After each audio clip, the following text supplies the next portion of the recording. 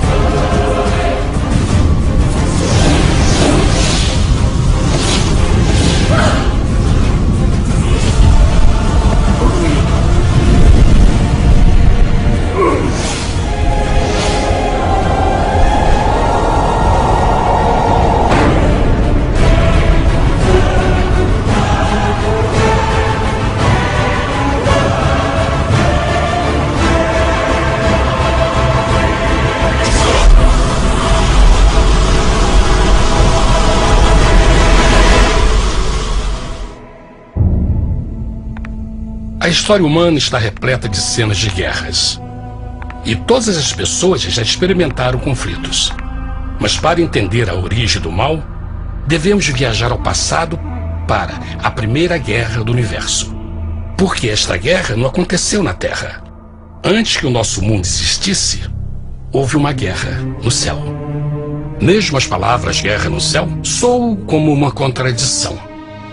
É quase inimaginável para nós que pudesse haver batalhas e conflitos entre as criações de Deus no paraíso. O que pode ter causado este conflito celestial?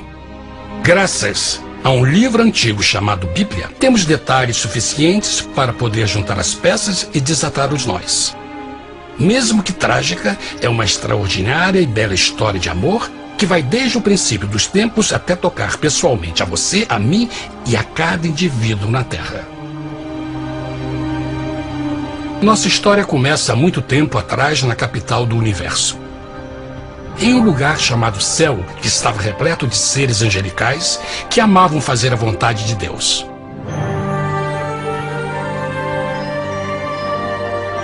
Sob o justo e amoroso governo do Criador, todo o céu desfrutava uma existência de felicidade e perfeita paz. O príncipe supremo do paraíso e comandante dos anjos era o poderoso e amoroso Filho de Deus, mais conhecido com o nome que adotou quando veio à Terra, Jesus. Ele tinha o mesmo propósito e pensamento com Deus, o Pai. O céu, sob o comando compassivo do Pai, Filho e Espírito Santo, provou ser um maravilhoso lugar de paz e alegria. Para realizar as ordens de Deus, a Trindade estava rodeada de um oceano virtual de inumeráveis espíritos ministradores chamados serafins e querubins, mais conhecidos como anjos. Estas poderosas e inteligentes criaturas descobriram que a felicidade estava em cumprir as ordens do Todo-Poderoso. Mas Deus criou um extraordinário anjo para atuar como líder de toda a multidão celestial. A Bíblia nos diz que seu nome era Lúcifer, que significa portador da luz. Este querubim foi o maior ser criado por Deus e assumia a posição mais próxima do trono de Deus, estando diretamente sob a autoridade de Jesus. A tarefa de Lúcifer era difundir a luz e o conhecimento da vontade de Deus a todos os outros anjos. Lúcifer foi o mais esplêndido ser criado por Deus. Era extremamente bonito e dotado de enormes poderes de liderança e organização. Entre os anjos, ele foi muito admirado, respeitado e amado como amigo. Mesmo assim, Deus previu o mal que Lúcifer estava a ponto de introduzir no reino da luz. Cheio de sabedoria e formosura, de todas as pedras preciosas te cobrias. Tu eras o querubim, ungido para cobrir, e te estabeleci. No monte santo de Deus estavas. No meio das pedras afogueadas andavas. Perfeito eras nos teus caminhos, desde o dia em que foste criado, até que se achou iniquidade em ti. Quando Lúcifer percebeu a sua beleza e poder, seu coração pouco a pouco começou a mudar. Permitiu que seu enfoque se afastasse de Deus e direcionou seu amor para si mesmo. Talvez nunca saberemos completamente como e porquê estas sementes de rebelião germinaram em seu coração. Mas o profeta Isaías nos dá uma visão do pensamento de Lúcifer. Como caíste desde o céu, ó estrela da manhã, filha da alva, como foste cortado por terra, tu que debilitavas as nações. E tu dizias no teu coração: eu subirei ao céu, acima das estrelas de Deus exaltarei o meu trono. Subirei sobre as alturas das nuvens, e serei semelhante ao Altíssimo. Lúcifer, aos poucos, começou a cobiçar o poder de Deus, mas não sua personalidade.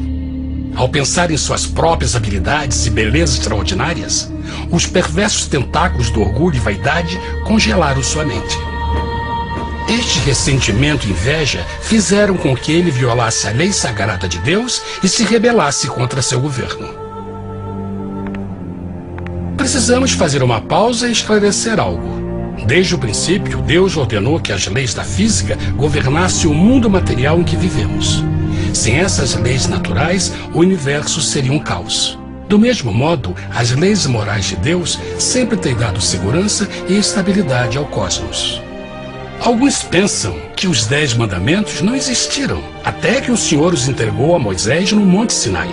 Mas as Escrituras nos ensinam que os princípios das leis de Deus sempre existiram por toda a eternidade, pois são a base fundamental de seu reino de amor. Seguros todos os seus mandamentos, permanecem firmes para todo sempre e são feitos em verdade e retidão. Os 10 mandamentos são um resumo das características de um Deus de amor. Os primeiros 4 mandamentos descrevem quem é Deus, seu poder, seu território e autoridade. Os últimos 6 descrevem como é Deus, sua honestidade, sua pureza, sua fé. Todas estas coisas sempre foram verdade e sempre serão verdade. Agora, pela primeira vez na história da eternidade, Lúcifer começou a violar estes princípios perfeitos. Lúcifer sabia que se fosse compartilhar o poder e status de Deus, necessitaria de apoio. E deu início ao trabalho. Começou sorrateiramente a circular entre os outros anjos, plantando sementes de dúvida e descontentamento a respeito da liderança de Deus, ao mesmo tempo em que, sutilmente, revelava suas próprias virtudes. Ele insinuou que Deus abusava de seu poder divino e suas leis restringiam a verdadeira liberdade e felicidade de suas criaturas. Com seu raciocínio audaz e poder de influência, Lúcifer pôde persuadir a um grande número de anjos a se unirem para seu motim. Talvez se perguntem, como tantos anjos inteligentes puderam seguir esse desertor? Bom, lembrem que até esse ponto nenhum anjo tinha escutado uma mentira. E nesse primeiro estágio da rebelião, os anjos não perceberam a obsessão de Lúcifer em assumir a posição de Deus. Não sabiam que finalmente ele planejaria a tortura e o assassinato do Filho de Deus na cruz com a intenção de ocupar o seu trono. Estranhamente, Lúcifer pensou que poderia ocultar seus verdadeiros propósitos de Deus. Ai dos que querem esconder profundamente o seu propósito do Senhor e fazem as suas obras às escuras e dizem: quem nos vê e quem nos conhece? Não pense nem por um momento que a rebelião de Lúcifer surpreendeu Deus e o pegou desprevenido. O Senhor sabe de todas as coisas e os pensamentos de suas criaturas. Ele entendia exatamente o que estava se passando pela mente de Lúcifer. E piedosamente Deus advertiu o desgarrado anjo do perigo. Mas no final, o orgulho e a vaidade não permitiram que Lúcifer se arrependesse. Então, iniciou a rebelião total contra Deus em vez da humilde obediência. Alguns podem perguntar: isso significa que Deus criou um anjo defeituoso? Não, mas ele criou Lúcifer com livre-arbítrio. Verão que o livre-arbítrio é uma coisa maravilhosa, mas também muito perigosa, incluindo o risco de uma rebelião e a possibilidade de que o amor de Deus seja rejeitado. Vejam que o amor real não pode vir de uma criatura pré-programada e não pode ser forçado, deve ser voluntariamente dado. Por exemplo, mesmo que seja bonito este cachorro robô, na verdade, nunca poderá amar-me. Posso fazer que pareça que me ame, mas só estará seguindo instruções pré-programadas. Em que opção? Por outro lado, este pequenino está realmente feliz em ver-me. Ele decidiu dar-me seu afeto. E com o tempo, nossa relação se fará mais forte, enquanto eu ame e cuide bem dele. Do mesmo modo, um Deus de amor só quer amor verdadeiro de suas criaturas. E para que isso aconteça, elas precisam ter o livre-arbítrio. A rebelião de Lúcifer é a maior evidência de que ele tinha esta liberdade. Agora, a grande pergunta é: como Deus enfrentaria esta crise? Como lidaria com Lúcifer e com os milhões de anjos que se uniram nessa rebelião? Muitos questionam por que Deus não acabou imediatamente com a rebelião. Afinal, ele poderia facilmente vaporizar Lúcifer com um raio. Mas isto teria solucionado o problema? Não, pelo contrário. Isso só teria intensificado as dúvidas e suspeitas que Lúcifer havia plantado na mente dos anjos. Lembrem que Lúcifer sabia, como ninguém mais, da engrenagem interna do governo de Deus. Sua destruição seria vista como parte de uma grande armação. E a razão que o motivou servir Deus teria sido o medo da represália e não o amor. O Senhor sabia, na sua sabedoria, que a melhor forma de enfrentar a crise era permitindo que tudo seguisse o seu curso. Esta seria a única forma de se assegurar que o mal não se ergueria outra vez. Deixai crescer ambos juntos até a ceifa. E por ocasião da ceifa, direi aos ceifeiros: colhei primeiro o joio e atai-o em molhos para o queimar, mas o trigo ajuntai-o no meu celeiro. Na parábola do joio e do trigo, Jesus descreve que um tempo de crescimento é necessário para que uma planta revele sua verdadeira natureza. No seu entendimento infinito, Deus sabia que com o tempo, o caráter real de Lúcifer seria exposto e que os amargos frutos de sua rebelião seriam vistos. Até agora, os cidadãos do universo não estavam familiarizados com o pecado e até onde os levaria. Mas isso mudaria quando eles vissem por si mesmos sua terrível natureza autodestrutiva.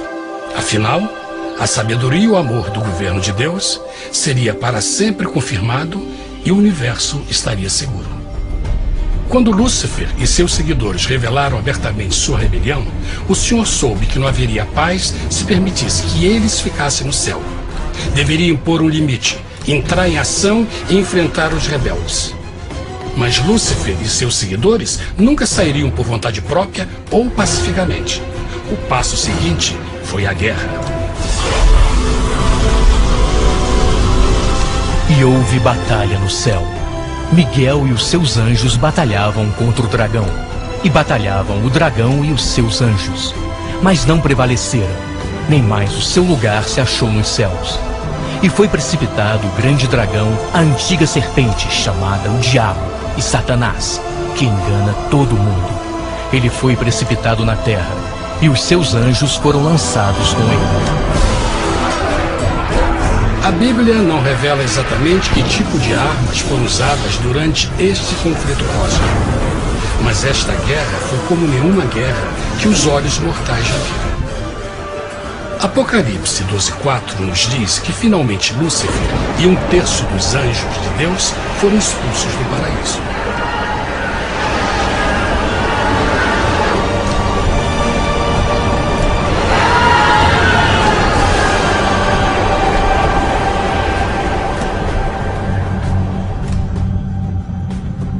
Mas e agora? Lúcifer tinha milhões de anjos ao seu lado, mas precisava de um pedaço de chão para continuar sua rebelião.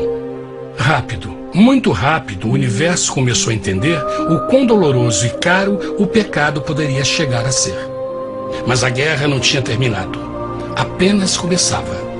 Lúcifer, o portador da luz, agora virou Satanás, o adversário.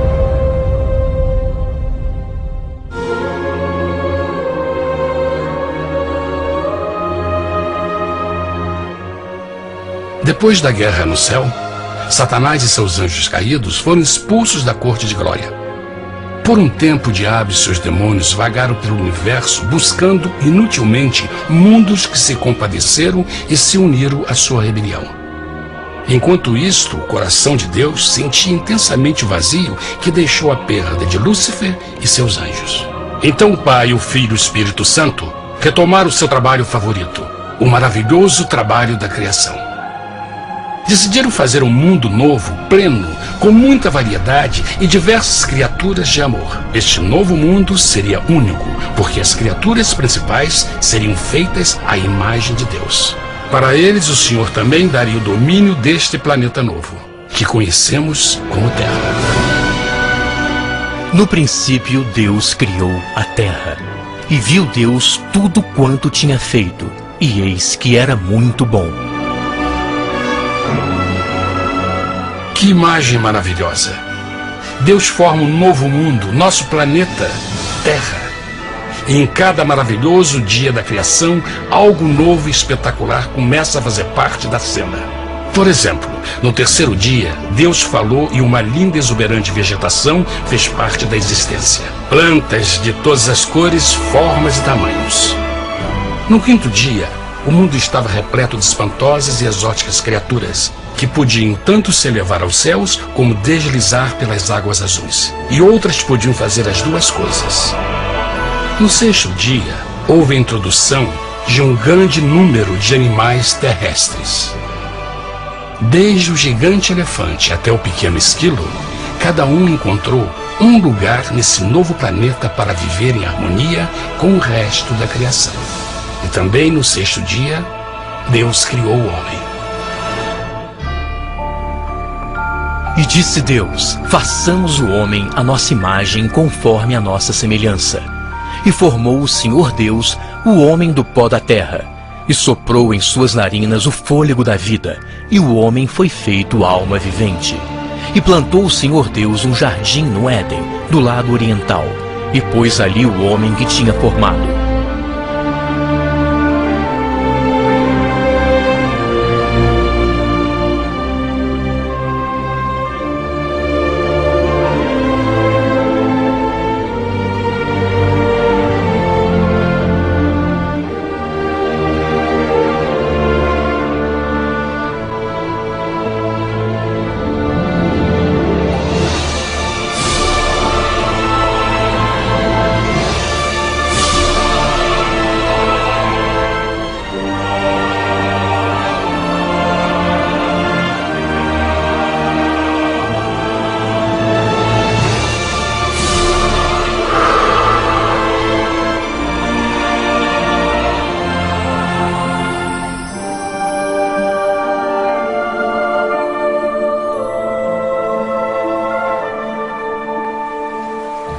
Mas que grande honra ser criado à semelhança de Deus, ser um indivíduo com liberdade de pensamento. No princípio, o homem não percebia a sua nudez. Provavelmente porque antes do pecado ele estava vestido de glória e luz.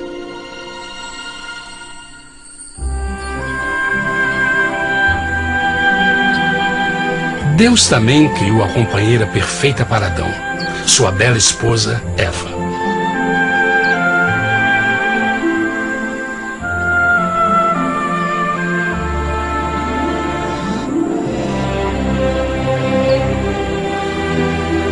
O feliz casal foi colocado em um magnífico jardim perfeitamente projetado para aumentar sua felicidade. Para Adão e Eva e as outras criaturas da terra, também foi dado o privilégio divino de procriar a sua própria imagem. A intenção de Deus foi que a raça humana tivesse domínio sobre este paraíso perfeito para sempre. Eternamente felizes e saudáveis, trabalhariam com a flora do jardim de Deus, enquanto desfrutariam o afeto e companhia de todas as criaturas sob seus cuidados. O ambiente que nossos primeiros antepassados experimentaram foi muito diferente do mundo de hoje. As rosas não tinham espinhos, os insetos não mordiam nem picavam, e os leões e as ovelhas brincavam juntos. Mas a grande bênção era os humanos viverem em perfeita harmonia com seu Criador. A cada 7 dias, Adão e Eva descansavam de seu prazeroso trabalho e gozavam de uma comunhão com a visita de seu Criador. Era um mundo esplêndido e maravilhoso. E esse estado de felicidade teria continuado eternamente se nossos primeiros parentes tivessem mostrado fidelidade com uma simples prova. Mas da árvore do conhecimento do bem e do mal, dela não comerás, porque no dia em que dela comeres, certamente morrerás. Visto que o adversário havia contaminado o universo com sua rebelião, o Senhor viu a necessidade de uma simples prova de amor e lealdade. Lembrem que os anjos bons acabaram de ver 1/3 de seus amigos serem expulsos do céu durante a guerra. Como estariam seguros de que esses novos humanos não se uniriam a Lúcifer e causariam problemas? Então o Senhor plantou uma árvore no jardim, uma árvore cujo fruto não deveria ser comido sob pena de morte. Ao passar por esta simples prova de obediência, Adão e Eva mostrariam a lealdade para com Deus e a fé em sua palavra. Ainda mais, era uma prova de amor. Por isso, Jesus disse em João 14, se me amais, guardais meus mandamentos. Mas alguém mais soube desta prova de fé e estava determinado a usá-la em seu favor. Satanás estava com inveja dos humanos que desfrutavam da bendita vida que ele perdeu. Sua feliz existência estava em total contraste com a sua, que agora estava cheia de culpa, pecado e miséria. Com ressentimento e raiva, não estava disposto a deixar o casal em paz, pois o pecado sempre buscará arrastar a outros consigo.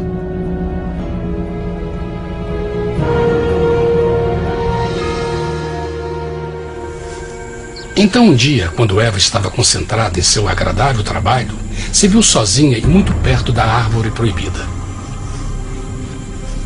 Foi quando Satanás viu sua oportunidade. Através de uma serpente hipnotizante, o anjo caído chamou Eva até a árvore e a envolveu em uma conversação.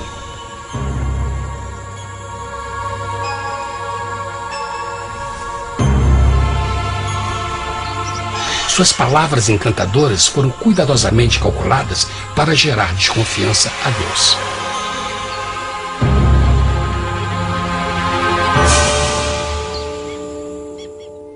A serpente replicou à mulher, de modo algum morrereis.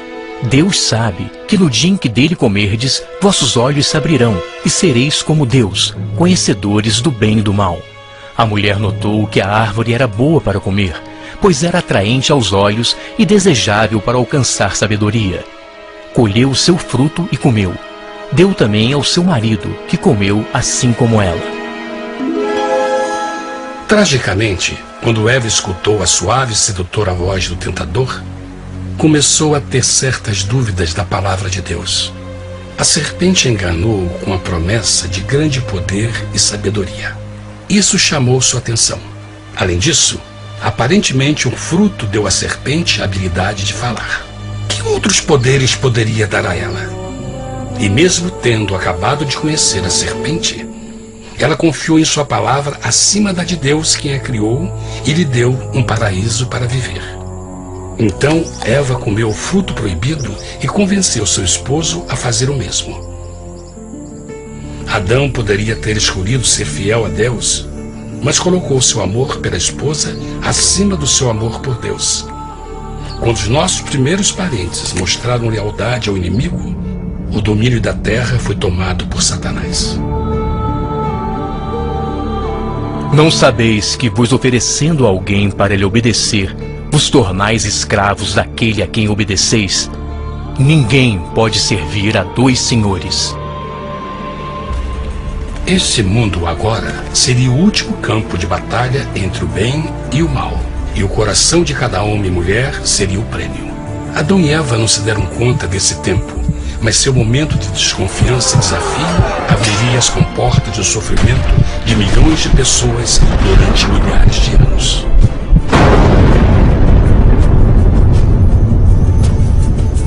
Portanto, como o pecado entrou no mundo por um homem, e por ele a morte, e assim a morte transmitiu-se a todos os homens naquele em quem todos pecaram.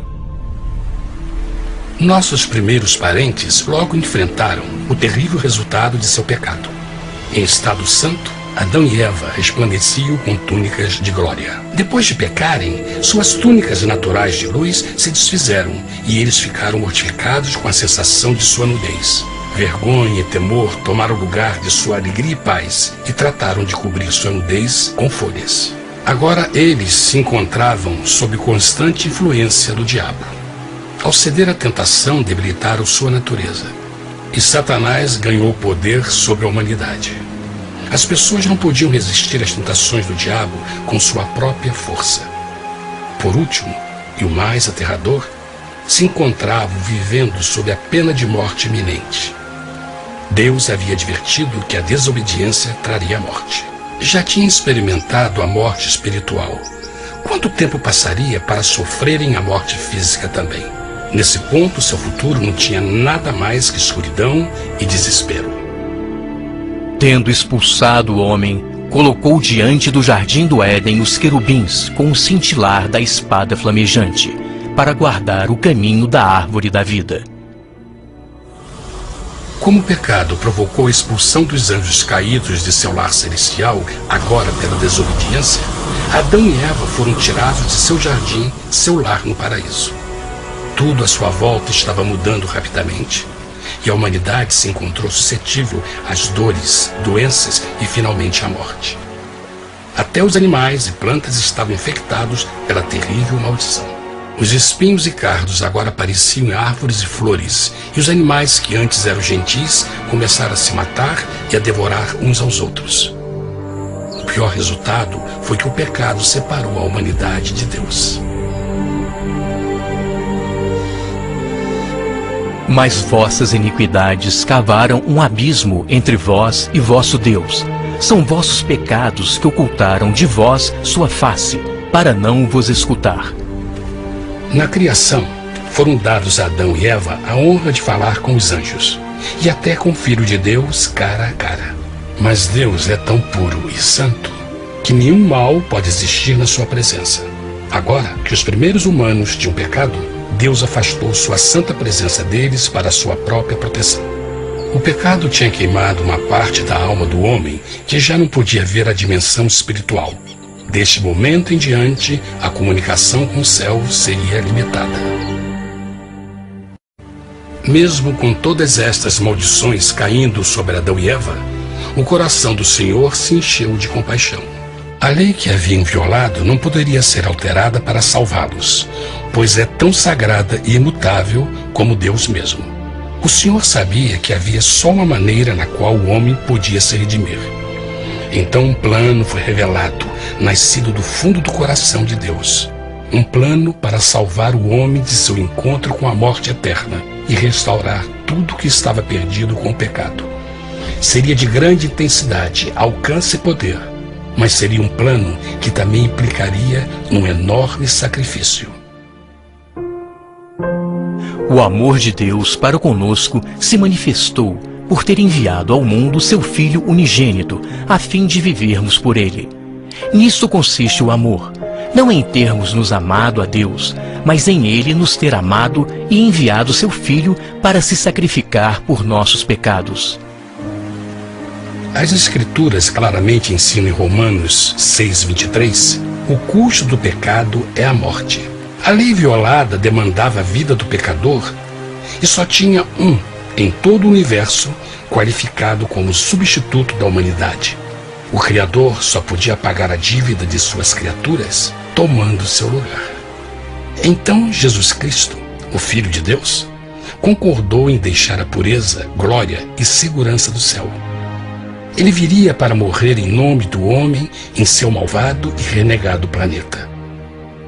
Ele nasceria como um inocente e indefeso bebê, suportaria uma vida de dor e vergonha e mesmo assim viveria uma perfeita e vitoriosa vida. Finalmente, ele teria uma morte humilhante para poder ser o substituto da humanidade caída. Por seu sacrifício, a humanidade incrivelmente receberia uma nova oportunidade de ter a vida eterna. Seu sangue seria o resgate para um mundo raptado por Satanás. Este maravilhoso plano de redenção foi graficamente ilustrado no sistema de sacrifício de animais ordenado por Deus depois da queda do homem. O Senhor tinha avisado Adão e Eva que iriam morrer no dia em que comessem do fruto proibido. E como que permaneceram vivos?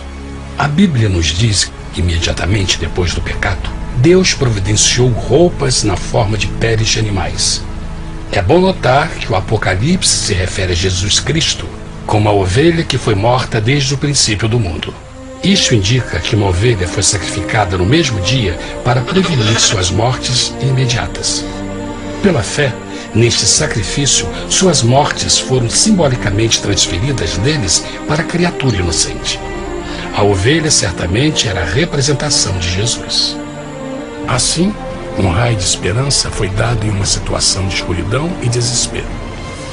Através do arrependimento e a fé no sangue do Messias, qualquer humano poderia uma vez mais ser filho de Deus. Mas mesmo com este grande plano para a humanidade, Satanás ainda tinha o domínio da terra. E a vida na terra não estava fácil. No mundo haveis de ter aflição, mas coragem, pois eu venci o mundo. Naturalmente, muitos se perguntam, como um Deus amoroso e poderoso permite dores e sofrimentos no nosso mundo atual? Mas está claro desde o Gênesis que Deus nunca quis que nós tivéssemos o conhecimento da dor dessa vida. Quando o mundo saiu das mãos de Deus, a terra era um maravilhoso paraíso. Foi o pecado de Adão e Eva que deu a Satanás o direito de assumir o controle deste planeta. Devido à sua trágica eleição, o diabo e seus súditos ganharam o poder de tentar e atormentar os humanos, introduzindo a doença, a dor e o sofrimento. Talvez fosse melhor perguntar: por que Satanás não tem o controle total da humanidade? A resposta é Jesus Cristo.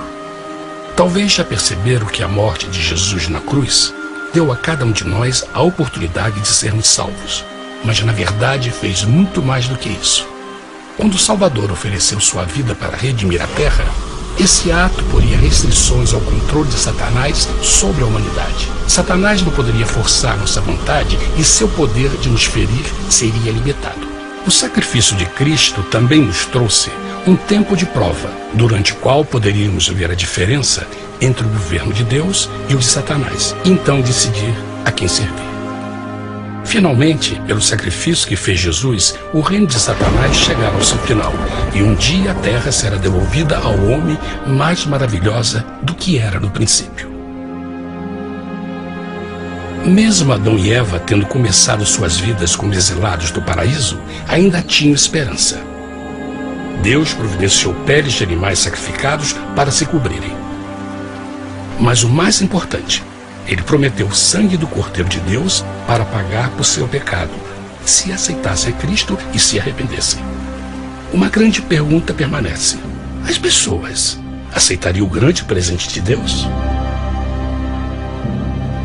Como escaparemos se agora desprezarmos a mensagem tão sublime da salvação? A incrível história que acabaram de escutar é verdade e afeta vocês. Pois, pelo desejo de Satanás de ser Deus e a desconfiança e desobediência de Adão e Eva, todos nós nos encontramos em uma situação perigosa. De um lado, a humanidade foi grandemente favorecida por Deus com uma segunda chance de recuperar nosso lugar no Éden. Por outro lado, se nós desistirmos de aproveitar esta grande chance, nos tornaremos escravos de Satanás e finalmente seremos destruídos quando Deus limpar o universo do pecado. Amigos, não há melhor hora de fazer sua escolha por Jesus do que agora mesmo. Nenhum de nós sabe quanto tempo mais teremos que viver nesta terra. Jesus nos tem mostrado grande interesse no seu bem-estar e seu amor por vocês o levou a providenciar uma maneira de escaparmos de uma futura destruição. Ele quer que você o aceite e se arrependa de seus pecados. Através de Cristo, pode encontrar o perdão para tornar-se como Ele em caráter. A triste notícia é que Satanás atua de todas as formas possíveis para evitar que aceite o presente da salvação de Deus. Devido à nossa rotina da vida, o amor ao dinheiro ou alguma outra distração fascinante, ele trabalha para manter a todos ocupados e afastados do que, na realidade, mais importa, sua salvação eterna. Para que entenda a realidade da situação e que se você não escolhe a Jesus por omissão, está escolhendo a Satanás. Mesmo que a terrível escolha de Adão e Eva nos traga morte e miséria, vocês agora podem tomar uma melhor decisão. Deus está oferecendo uma paz que satisfaz o anseio mais profundo de sua alma e uma alegria que não encontrará nas atribulações deste mundo. O desejo que tem o coração de Deus é que seja salvo e esteja com Ele no paraíso. Mas o único que pode mantê-lo fora do céu é você. Imagine a tragédia que seria se você recusasse este precioso presente. Você pode decidir hoje e aceitar a salvação que Deus prometeu. Na verdade, nesse momento, pode aceitar a vida eterna através de Jesus Cristo. Posso convidá-lo para que acompanhe agora mesmo em uma simples oração, aceitando sua maravilhosa oferta? Por favor, repita depois de mim. Querido Pai Celestial, venho a Ti agora e humildemente pedir Teu perdão. Senhor, confesso que sou um pecador e violei Tua santa lei. Entendo que a pena por esse pecado é a morte. Acredito que Jesus Cristo sofreu e morreu na cruz para receber o castigo por todos os nossos pecados. Acredito que Jesus ressuscitou e eu o aceito como meu Salvador pessoal. A partir deste momento em diante, Te dou o meu coração e o aceito como Senhor da minha vida. Por favor, perdoa todos os meus pecados e envia Teu Espírito para ajudar-me a fazer a Tua vontade. Te agradeço por Teu grande amor e aceito Teu presente da vida eterna. E eu oro tudo isso em nome de Jesus. Amém.